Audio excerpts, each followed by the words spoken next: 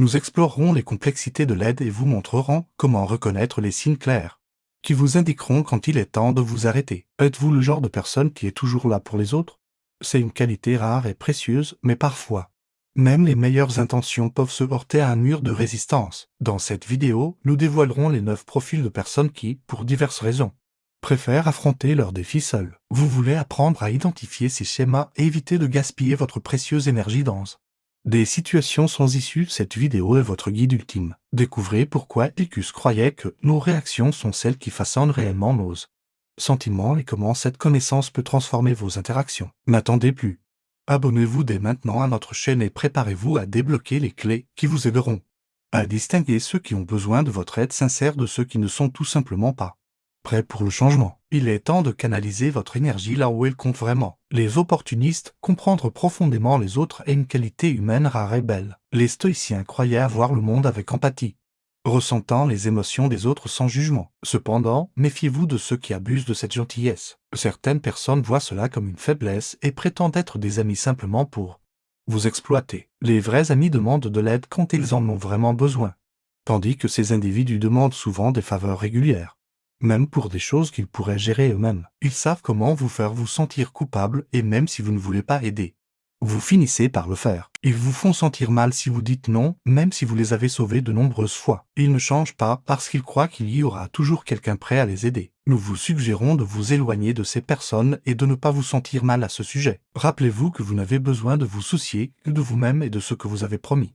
de faire. Les personnes prises dans des illusions auto-imposées, certaines personnes se trompent avec leurs propres histoires inventées. Cela ne correspond pas au conseil des stoïciens de nous regarder honnêtement et d'être réels. Ces personnes croient tellement en leurs histoires inventées qu'elles ignorent ce que les autres voient. Elles ne comprennent pas que nos esprits peuvent déformer la vérité en voyant les choses en fonction de nos sentiments plutôt que de la réalité. Elles ne cherchent souvent pas à être nuisibles. Elles sont simplement prises dans leur habitude de se tromper elles-mêmes. Les aider est compliqué car elles ont construit un mur mental si fort. Vous pourriez essayer de leur faire comprendre que la Terre est ronde, mais elles argumenteront avec des raisonnements qui disent qu'elle est plate. Elles ne changeront que si elles réalisent que leur façon de penser est erronée. Mais cela nécessite souvent une orientation psychologique experte. Les égoïstes, ces personnes sont si égocentriques qu'elles pensent toujours que tout tourne autour d'elles. Elles peuvent minimiser vos problèmes et vos joies, devenant le centre de l'attention dans n'importe quelle conversation. Maintenant, tout tourne autour de la façon dont elles se sentent. Et il semble que ce que vous pensez ou ressentez n'importe pas. Seriez-vous là pour quelqu'un qui ne se soucie que de lui-même? Si oui, croyez-vous suffisamment en vous-même pour leur demander de changer et de se soucier des autres?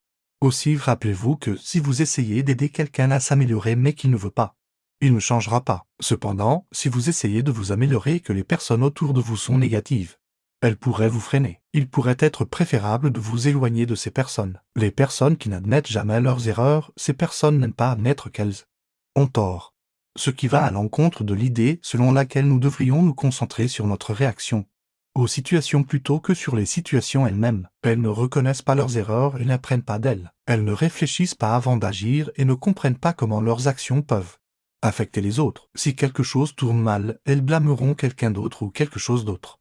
Jamais elles-mêmes. Elles pensent que leurs décisions n'affectent pas les autres, ou pire encore, elles s'en fichent tout simplement des conséquences. La vérité est qu'il est difficile de les aider, car elles ne veulent pas admettre leurs erreurs. Si quelque chose tourne mal à cause de leurs décisions, elles pensent toujours que ce n'est pas de leur faute. Vous les entendrez souvent dire « ce n'est pas moi qui l'ai fait ». Pensez-vous pouvoir aider ces personnes à être plus humbles en leur enseignant l'humilité? Vous pourriez perdre votre temps. Lorsque les choses tournent mal pour elles, elles trouveront toujours quelqu'un ou quelque chose d'autre à blâmer. Les personnes qui ne planifient pas pour l'avenir, imaginez voir quelqu'un que vous appréciez ne peut utiliser ses talents et ne pas pouvoir le changer. C'est difficile lorsque vous essayez de leur rappeler que les moments de la vie passent rapidement et qu'ils ne semblent pas s'en soucier. Pensez-vous qu'ils pourraient accomplir beaucoup plus que ce qu'ils pensent? Profiter du présent est essentiel pour être heureux.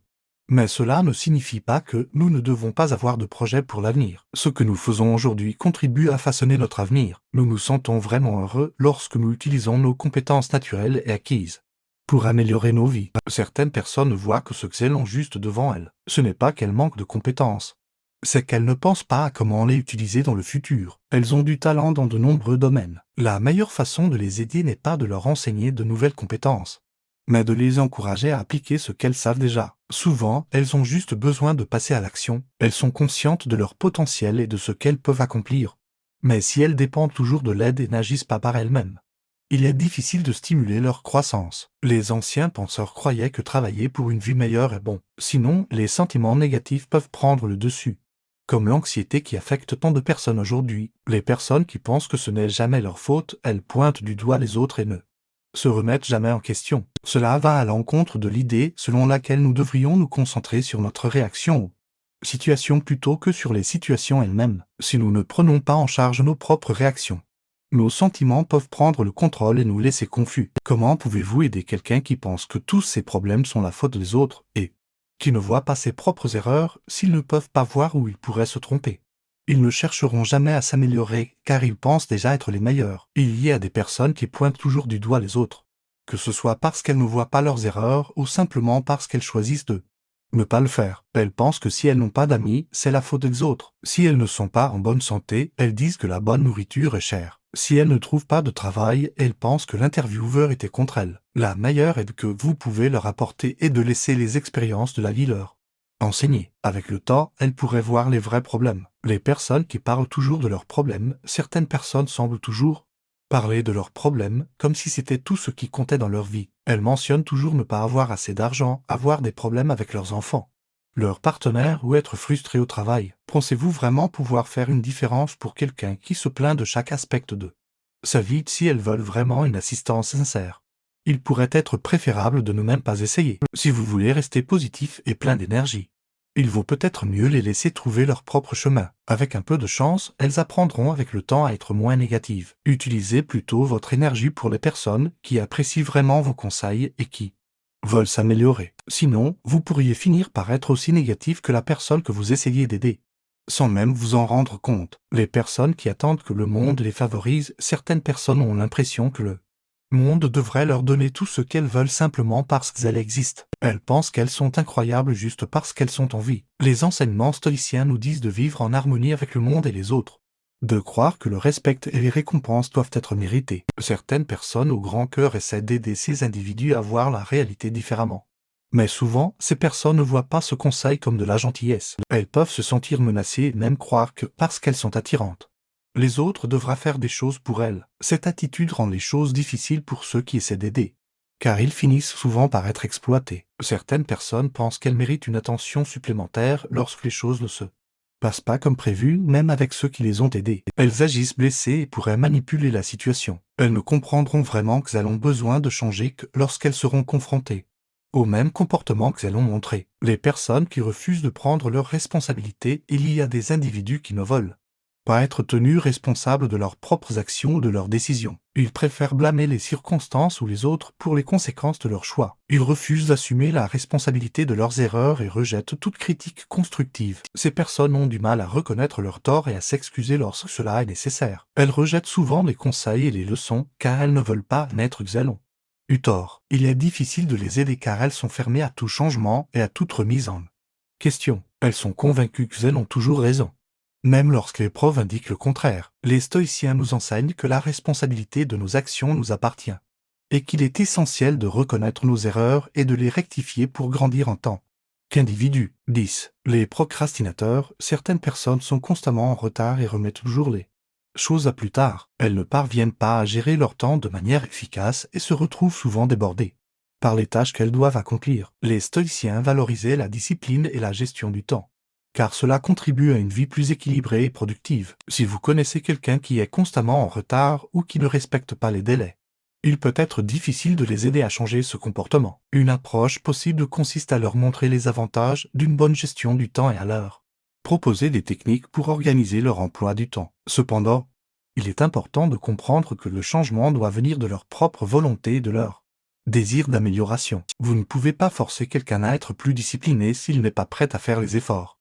nécessaires. 11. Les perfectionnistes. Les stoïciens valorisaient la recherche de l'excellence, mais ils mettaient également l'accent sur l'importance de l'acceptation de soi et de la réalité. Les perfectionnistes ont tendance à être trop critiques envers eux-mêmes et à rechercher constamment la perfection. Ils se fixent des objectifs irréalisables et sont souvent insatisfaits de leur propre performance, ce qui peut entraîner un stress et une anxiété importants. Les aider à lâcher prise de leurs attentes démesurées peut être un défi, car cela remet en question leur vision du monde et leur estime de soi. Une approche possible consiste à les encourager à se concentrer sur les progrès plutôt que sur la perfection, à célébrer leur réussite aussi petite soit-elle, et à pratiquer l'autocompassion. Il est important de leur rappeler que personne n'est parfait et que l'objectif ultime est d'être satisfait de soi et de ses efforts plutôt que de rechercher une perfection impossible à atteindre. 12. Les personnes qui se complaisent dans la négativité. Certaines personnes sont constamment pessimistes et voient le verre à moitié vide dans toutes les situations. Elles se plaignent souvent et trouvent toujours quelque chose à critiquer. Les stoïciens prenaient une attitude positive et une perspective réaliste sur la vie. Aider ces personnes à adopter une vision plus optimiste peut être un défi,